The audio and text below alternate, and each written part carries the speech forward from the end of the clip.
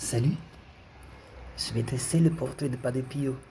Donc moi je suis italien, mais je vais essayer de parler en français parce que j'estime que l'histoire de Padre Pio doit atteindre le maximum de public parce que c'est une histoire si belle que elle mérite d'être partagée avec plein de monde, peu importe la langue, la culture, parce que c'est une histoire qui donne de la joie de vivre, de l'espoir. Donc voilà, je vais essayer de parler en français. Padre Pio fut un frère faisant partie de l'ordre mineur des Capucins. Il est connu pour avoir reçu les stigmates, et pour cela il est aussi appelé le frère avec les stigmates. Il naquit le 25 mai 1887 à Pietrelcina, près de Naples, dans la région Campanie, en Italie. Je suis un mystère pour moi aussi, affirmait souvent Padre Pio. Et la vie du frère, elle fut remplie d'événements qu'on n'explique pas. Il supporta les stigmates pendant 50 ans, les plaies du Christ, c'est-à-dire les blessures qui furent infligées à Jésus lors de son calvaire d'abord et sur la croix après.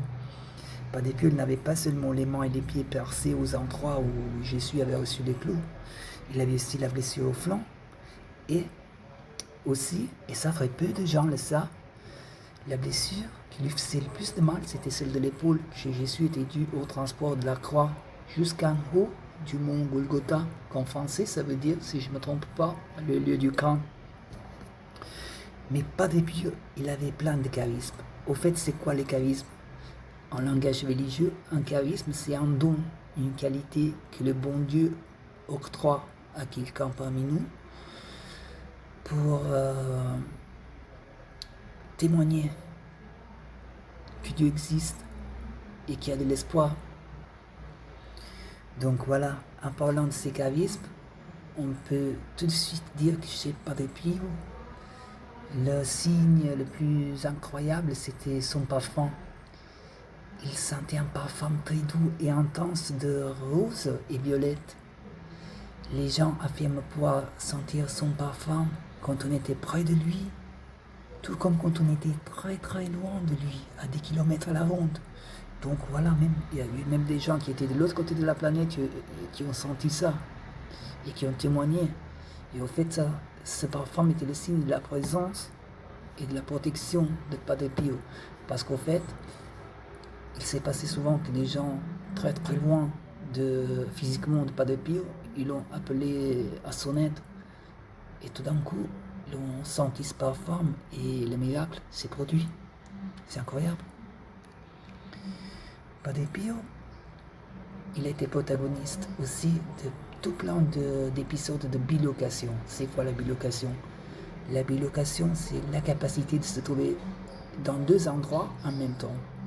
Donc voilà, il y a plein de monde qui affirme avoir vu Padre Pio aux quatre coins de la planète alors qu'il n'est jamais sorti de son couvent de l'est de l'Italie à San Giovanni Rotondo près de Foggia, dans une région qui s'appelle les Pouilles. Donc voilà, Padre Pio, il a accompli tout plein de miracles. Il y a eu plein de gens qui étaient condamnés par la science, donc par les sciences, par la médecine, des gens qui étaient au fait malades, terminales, et qui n'avaient plus d'espoir selon la médecine, selon les sciences. Padre Pio les a guéris. Et même les docteurs, les médecins, ils ont dû se rendre face à l'évidence. Ils ont admis que ça c'était bien miracle parce qu'il n'y avait pas d'autre explication. Donc voilà, Padre Pio, il avait d'autres charismes aussi. Il connaissait tout de la vie des gens qui s'adressaient à lui, même s'il ne les avait jamais rencontrés auparavant. Il savait lire dans les cœurs et dans les pensées des gens. Il voyait l'avenir en Dieu. Ça veut dire quoi, voir l'avenir en Dieu? Au fait, Dieu lui permettait de voir certaines choses qui allaient se produire afin que Padre Pio puisse opérer et faire un miracle et sauver les gens. Padre Pio, il voyait régulièrement la Sainte Vierge, Jésus, les saints, les anges. Il pouvait parler avec les morts, en particulier avec les âmes du purgatoire qui s'adressaient à lui pour lui demander des prières afin de pouvoir atteindre le paradis. Et malheureusement, Padre Pio voyait aussi le diable et les démons. Ah, ça c'est toute une histoire avec le diable et les démons. Parce qu'en fait, il a été vexé. Vexé en langage religieux, ça veut dire être torturé, harcelé, frappé à sang, tout le long de sa vie par le diable. Que la nuit venue, aller dans sa chambre, il lui frappait, il lui faisait peur. Et cela avait commencé très tôt dans la vie de Padre Pio. Au fait, Padre Pio, dont son prénom était Francesco Forgione, quand il était petit, à l'âge de 4 ans, quand sa maman lui donnait la bonne nuit et lui éteignait la lumière, Padre Pio a raconté que tout de suite il y avait des démons, des diables qui se dressaient devant lui, lui faisaient peur, le petit, parce qu'il était un enfant, il pleurait, il appelait sa maman, et quand sa maman arrivait à allumer la lumière, il disparaissait, pour après revenir une fois qu'il avait éteint la lumière à nouveau. Donc voilà, vous voyez, c'était chaud et pas facile à supporter. Mais bon, Padre Pio a toujours su que Jésus, les anges, la Sainte Vierge, tout le monde était à ses côtés. Et c'est pour ça qu'il a toujours gagné sa lutte contre le diable, même s'il en a souvent porté les marques sur sa peau, des bleus, des blessures. Donc voilà, c'est chaud. C'est pour ça que pour les gens de son temps, Padre Pio étaient des gens sans vivants.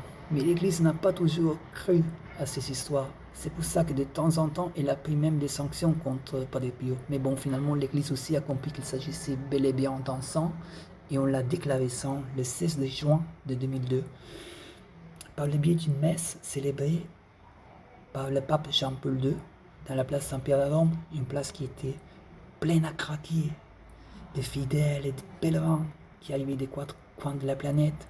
C'était un peu ce qui se passait à San Giovanni Rotondo, dans le couvent du Padre Pio, là où les gens arrivaient des 4 coins du monde pour lui demander une aide, un miracle, une confession, tout simplement. Donc voilà. Je vous remercie pour avoir écouté cette vidéo. Donc, moi je suis italien, je m'excuse pour mon accent. Mais comme je vous disais, le but c'était d'attendre le maximum de gens pour partager avec eux ces histoires incroyables et magnifiques.